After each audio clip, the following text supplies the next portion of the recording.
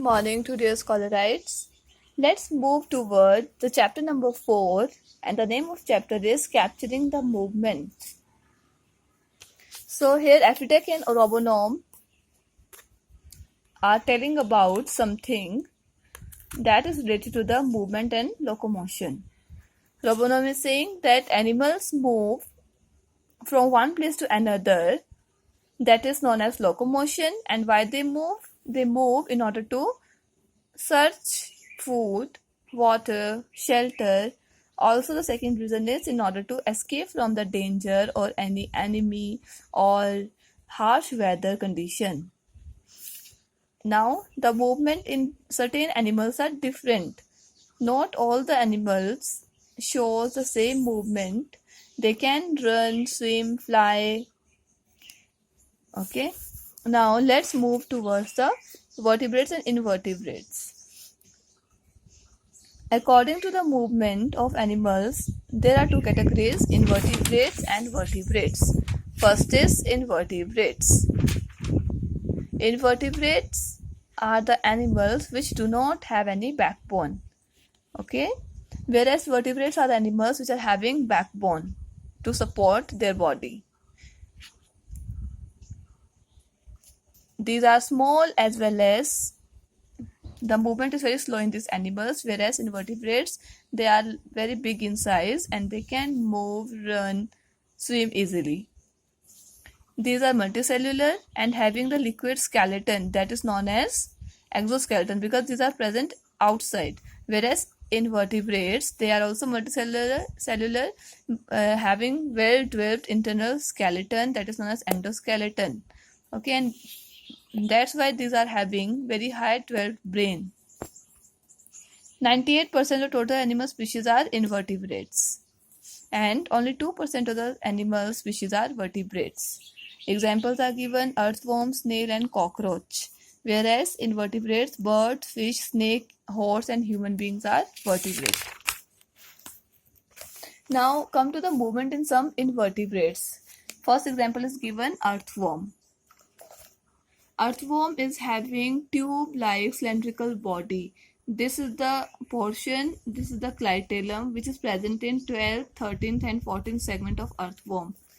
The body is segmented. Look here, so many segments are present. These segments helps it to live inside the soil. It makes a burrow inside the soil and lives there. These do not have any limbs or legs, but there are some small hairs at the lower surface of the earthworm which helps them to move easily in the soil. These are also known as the best friend of farmers because it helps to make a soil fertile, that is very important for the growth of plants and vegetables. Now here the movement analysis is shown. Here we have taken a spring. Have you stretched spring?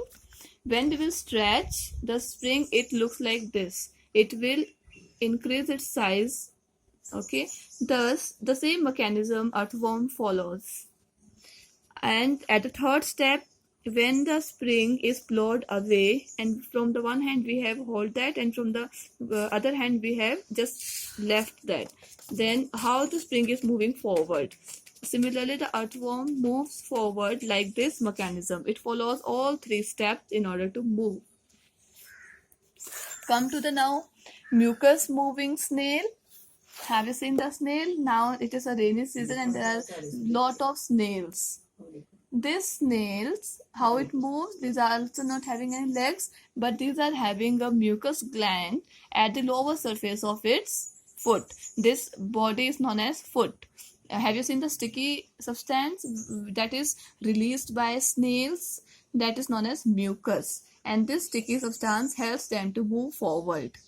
This is a shell at the upper part of the body, and this shell is hard, which helps to protect the very soft and slug body of this snail. Okay, now come to the cockroach.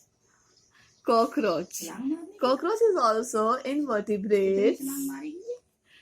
These are also invertebrates having 6 legs, means 3 pair of legs are there, 2 antennas are there which are work their sensor in order to look its path. Okay, so these are the antennae that helps to smell things. Okay, these are having the two pair of wings. They fly but only for the small distance. They can't take a high fly. Okay, and these are having three pairs of jointed legs which helps them to climb very fast in everything. Now what are the movement analysis, how the cockroach move? Look here, here the 6 triangles are given, here also 6 triangles are given. Okay, 3 are blue colored and 3 are white colored. Same here, 3 are blue colored and 3 are white colored. How the cockroach move? It follows this pattern, like the legs which are present at the left side will follow this blue triangle, and thus it moves. And at the same time, the legs, 3 legs which are present at the right side will follow this triangle that is white in color. So these 6 triangles are showing the movement of cockroach that moves with the 3 pairs of jointed legs. I hope you have understood well. Thank you. Have a nice day.